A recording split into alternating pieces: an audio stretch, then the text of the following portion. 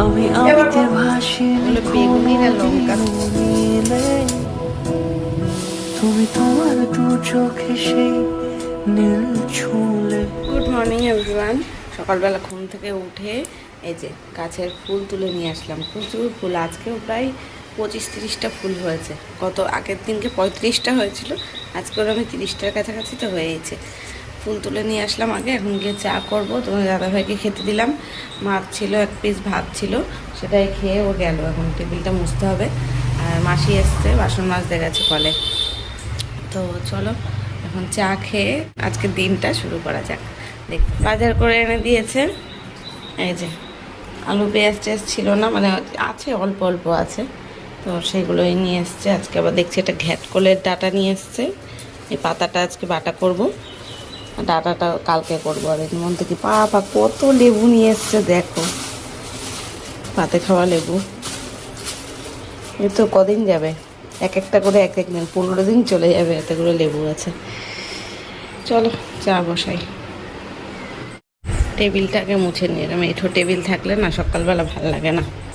মাসি এসে সব বাসন নিয়ে গেছে, তবে মাছ ছিল ওটা গরম করলাম আর ওকে খেতে দিলাম, একটা থালা হয়েছে। এর মধ্যে আবার কি হচ্ছে, এটা উপরে থাক, টেবিলটা মুছবো।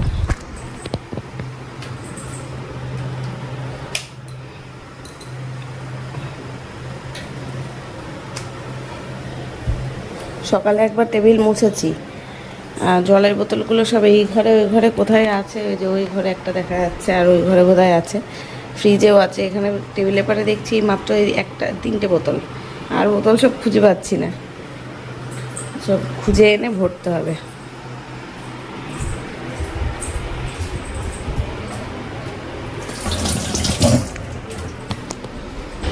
আজকে সকালে উঠে বাসি কাজ যেগুলো থাকে সেগুলো আগেই করে নিয়েছি, সেগুলো শ্যুট করিনি। বাসি বিছনা তোলা, বাবার ঘর পরিষ্কার করা সব হয়ে গেছে।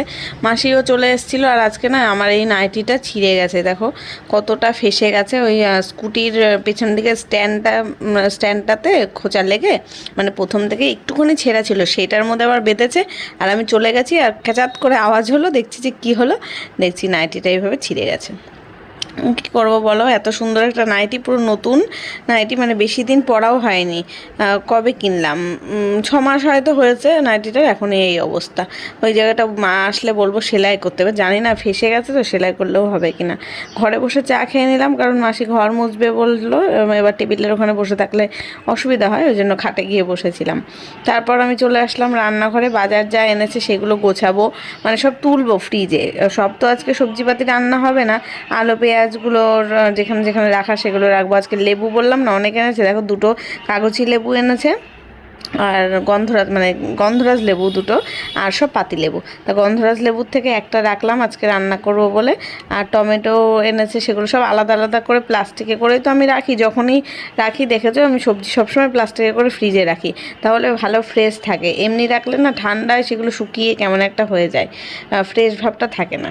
আর বেগুন একটা বের করলাম, ভাবলাম কি বেগুন দিয়ে মাছ এনেছে দেখলাম টোপলার মধ্যে, তা ভাবলাম মাছ করবো খুনি বেগুন দিয়ে। বেলে মাছ নিয়ে এসেছিলো, তারপরে আর সেটা করা হয়নি যদিও, তাও বের করে রাখলাম। যা যা ভেবেছি আজকে রান্না করব সেগুলো ভেবে, আর বাদ বাকিগুলো ফ্রিজে তুলে রাখলাম। আর ঘ্যাটকলের ডাঁটা যেটা এনেছে, মানে ঘ্যাটকলের কোনো কিছুই কিন্তু ফেলা যায় না, ডাঁটাও খাওয়া যায়, পাতাও খাওয়া যায়। আজকে করব পাতা বাটা, আর রেখে দিই কাল বা পরশু, না কালকে হবে না, কালকে আবার তো শনিবার, নিরামিষ খেতে হবে। পরশু দিনকে ওই ডাঁটাগুলোকেও পেঁয়াজ টেয়াজ দিয়ে একটু ভাজা করব, তাহলে ভালো লাগবে। তা আজকে এই যে পাতাটা কেটে রাখলাম, ডাঁটাটাও ফ্রিজে একদম গুছিয়ে রাখবো। আর মাছ দেখলাম 2 রকমের নিয়ে এসছে, চিংড়ি মাছ আর বেলে মাছ।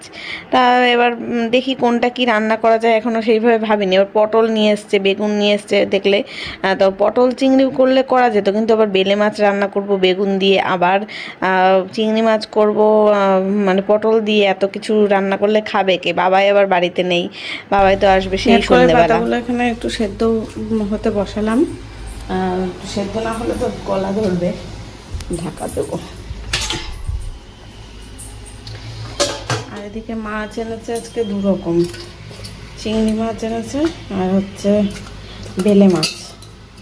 তো বেলে মাছগুলো তো করবো, কিন্তু চিংড়ি মাছগুলো তো কী দিয়ে করবো আমি তো তাই ভাবছি। ছোটো কুচো চিংড়িও না যে পাতা বাটার মধ্যে দেবো, দেখি বেছে ছাড়াই তারপরে একটা আইডিয়া বের করব কি রান্না করা যায়, এখনো ভেবে পাচ্ছি না।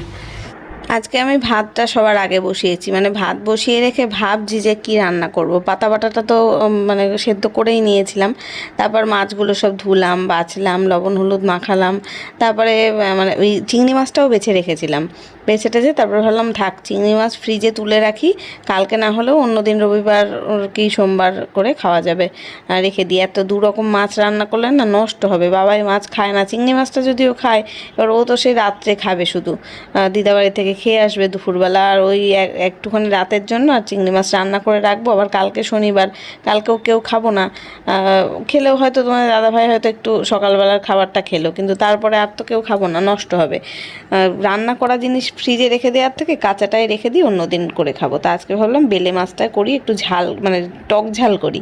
বেগুনটা বের করেছিলাম, বেগুনটা আবার গিয়ে তুলে রেখে দিয়েছি। আর এখানে ওই পাতাটা দেখলে না সেদ্ধ করেছিলাম, তার মধ্যে একটু রসুন, কাঁচা লঙ্কা, কালো জিরে, লবণ হলুদ দিয়ে একটু পেস্ট করে নিচ্ছি। পেস্ট করে তারপরে যেমন ভাজা করব সেভাবে ভাজতে হবে, ততক্ষণে মাছের ঝোলটা আমার হয়ে যাবে। মাছের ঝোলে আজকে দিয়েছিলাম টমেটো, আলু আর হচ্ছে আম, মানে আম আর টমেটোরই একটা যে টক ভাবটা আছে না, সেই টক করে করেছি। হয় না চুনো মাছের টক হয়, তারপরে যে কোনো মাছের ছোটো মাছেরই টক করে মানুষের, তেলাপিয়া মাছের টক হয়। তো আজকে আমি বেলে মাছের টক রান্না করছি আম দিয়ে, ভালো লাগে কিন্তু খেতে। তোমাদের দাদাভাইও খেয়ে বললো না ভালোই হয়েছে। এমনি নর্মাল যেমন মশলা দিই, বেসিক মশলা সেগুলোই দিয়েছি। আদা রসুনের পেস্ট একদম সামান্য ছিল, না দিলেও হতো, তাও অল্প একটু ছিল বলে সেটা দিয়েছিলাম। আর একটু জিরের গুঁড়ো, ধনের গুঁড়ো, লবণ, হলুদ, লঙ্কার গুঁড়ো এগুলো দিয়েছিলাম। কাঁচা লঙ্কা কয়েকটা চিড়ে দিয়েছিলাম। আর ওই কষানোর সময় টমেটোটা দিলাম আর আম দিয়েছিলাম, দিয়ে ভালো করে কষিয়ে ঝোল একটু ঝোল ঝোল মতোই রেখেছিলাম। একটু টক টক ভাবটা হবে খেতে, আর একটু ঝাল ঝাল টক টক হয় খেতে, ভালোই লাগে। মাছের ঝোল ওদিকে ফুটতে বসিয়ে আমি এদিকে বাসন অল্প কয়েকটা মানে বাটি ছিল সেইগুলো মেজে নিচ্ছি। মশলা ছিল যেই বাটিটার মধ্যে, টিফিন বাটির মধ্যে রেখে দিত আমি মশলা বেটে, সেটাও মেজে নিলাম। আজকে শেষ হয়ে গেল, কালকের থেকে আবার বাটতে হবে। কালকে অবশ্য লাগবে না, কালকে যেহেতু নিরামিষের দিন রয়েছে। পরশু দিন রবিবারে রান্নাবান্না করবো যখন, তখন আবার আদা রসুন পেস্ট করে এক টিফিন কারি ভরে ফ্রিজে রেখে দেবো। তাই এই কটা মাছ দিয়ে, আর আমি দেখছি ওদিকে ঝোল মানে পুড়ে না যায়, শুকিয়ে না যায়, তাড়াহুড়ো করছিলাম। ঝোল প্রায় হয়ে গেছে, শুধু পাতা বাটাটা ভাজা করবো।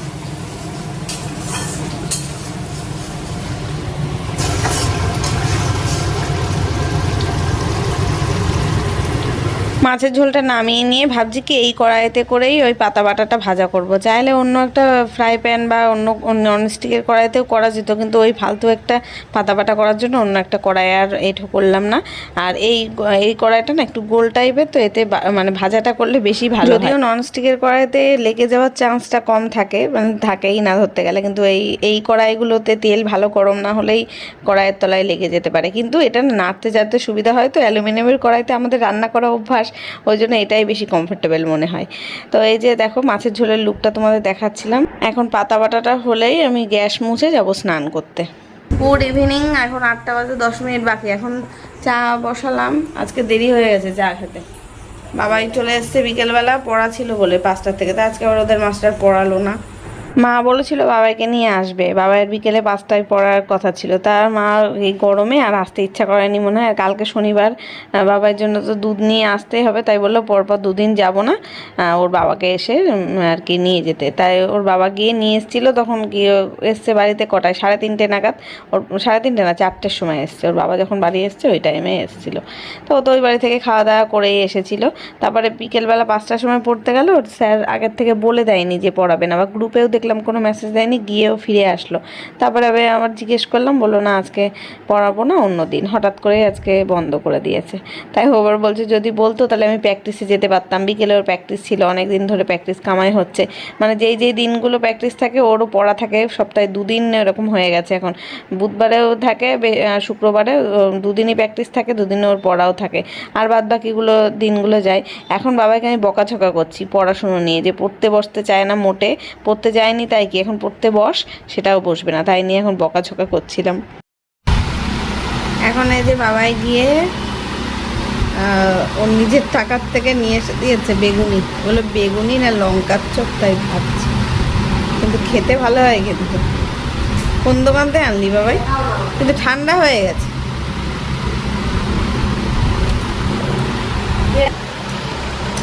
না না তুমি খাও, ওখান থেকে হাফ হাফ দেবো। কালকে পাপ্পু ছেড়ে দেবো। ঠিক আছে, খেয়ে বলতে পারবো। ঠান্ডা হয়ে গেছে। ওটা দিয়েছি চারটে। এই যে এই সেই ঐতিহাসিক আইসক্রিম যেটা কালকে তোমাদের দাদাভাই রাত্রেবেলা আমার জন্য নিয়ে এসেছিলো। এবার বাবার জন্য তো আনেনি, রাত্রেবেলা এনেছে অনেক রাতে, আমার খাওয়া দাওয়া হয়ে গেছিলো আর ইচ্ছে করেনি খেতে। ভাবলাম কি থাক পরের দিন দুপুরবেলার দিকে খেয়ে নেবো, বাবাই আসার আগে। সে আর আমার খেয়াল নেই, আর ফ্রিজের মধ্যে ছিল, বাবাই এসে এখন সেটা দেখেছে, দেখে বের করেছে, বলছে তুমি তাহলে চপ খেয়ে নাও, আমি আইসক্রিমটা খেয়ে নিচ্ছি। আমি বলছি না না, ওইটি হবে না, তুমি হাফ আমি হাফ খাও, আর নয় আমি টাকা দিচ্ছি, আমি আর একটা এরকম আইসক্রিম নিয়ে এসে খাও। সারা দোকান ঘুরে এসেছে, এই আইসক্রিম পাইনি কোথাও, আমুলের এটা। এবার আমি আবার অন্য কোনো আইসক্রিম খাবো না, তাই দেখে লাস্টে এইটাই দুজনে ভাগ ভাগ করে খেয়েছি। আর ওকে 20 টাকা দিতে হয়েছে আইসক্রিম খাওয়ার জন্য, কালকে খাবে। আবার ওর বাবাকে ফোন করে ঝাড় দেওয়া হয়ে গেছে যে তুমি কালকে মায়ের জন্য এনেছো, আমার জন্য কেন আনোনি? ও বাড়িতে ছিল না, তোমার দাদাভাইকে আমি বলেছিলাম কিন্তু যে তুমি 3টে আইসক্রিম নিয়ে এসো। তো আমি ভাবলাম কালকে হয়তো মা আর বাবা দুজনে আসবে, তা তো আসেনি, আর ও আর আনেনি। ওইটা মনে হয় একটাই পেয়েছিল, তাই আর আনেনি, ওটা নিয়েই চলে এসছে। ভাবছে বাড়িতে নেই, মানে ছেলেরা না খরচা করতে চায় না, কিপটে হয় জানোই তো।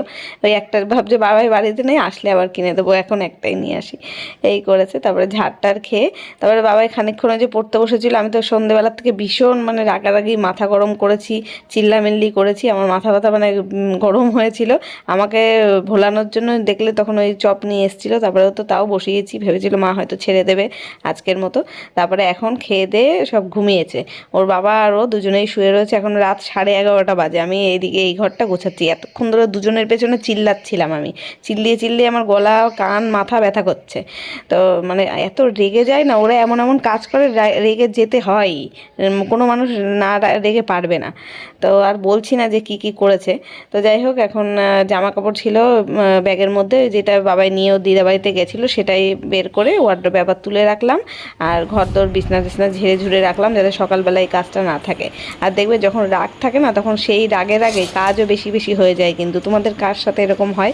আমার তো যখন মাথায় রাগ থাকে তখন সেই রেগে রেগে ঝগড়া করি আর কাজ করি এক একটা, আর তখন দেখি সব কাজ হয়ে গেছে। তো সেরকমই ব্যাপার। এই ঘরটা একদম টিপটপ করে গুছিয়ে রেখে জানলা টানলা বন্ধ করে এখন মাথা ঠান্ডা করে এসিতে গিয়ে ঢুকবো। মাথা ঠান্ডা হয়নি এখনও, গিয়ে ঠান্ডা করবো মাথাটা আর কি ওই ঘরে গিয়ে। আর আমি ঘেমে যাচ্ছি, দেখেছো তো, ভাবছি একটু হাত মুখ ধুতে হবে। এখনও শ্যাম্পু করে স্নান করেছিলাম আজকে, ওই জন্য আরও বেশি গরম লাগছে। গিয়ে এখন চুল বাঁধবো ওই ঘরে গিয়ে। ওদের দুটোকে শুয়ে মানে শুতে বলেছি, ঘুমায়নি কিন্তু কেউ, চুপচাপ। আমি যেই ঘরে যাব দেখবো চুপচাপ, এই যে এখনও কিন্তু নাটক। চাদরটা বাবাই মুখে ইয়ে করে নিল, ঢেকে নিল। একটু আগে ওর দিদা ভিডিও কলিং করেছিল, কথা বলছিল, এখন আবার মুড়ি দিয়ে রয়েছে। তো চলো আমিও শুয়ে পড়ি, দেখা হচ্ছে কালকে নতুন ব্লগের সাথে। আজকের মতো এখানে শেষ করলাম। সবাই খুব ভালো থেকো, সুস্থ থেকো। আজকের মতো টাটা, গুড নাইট।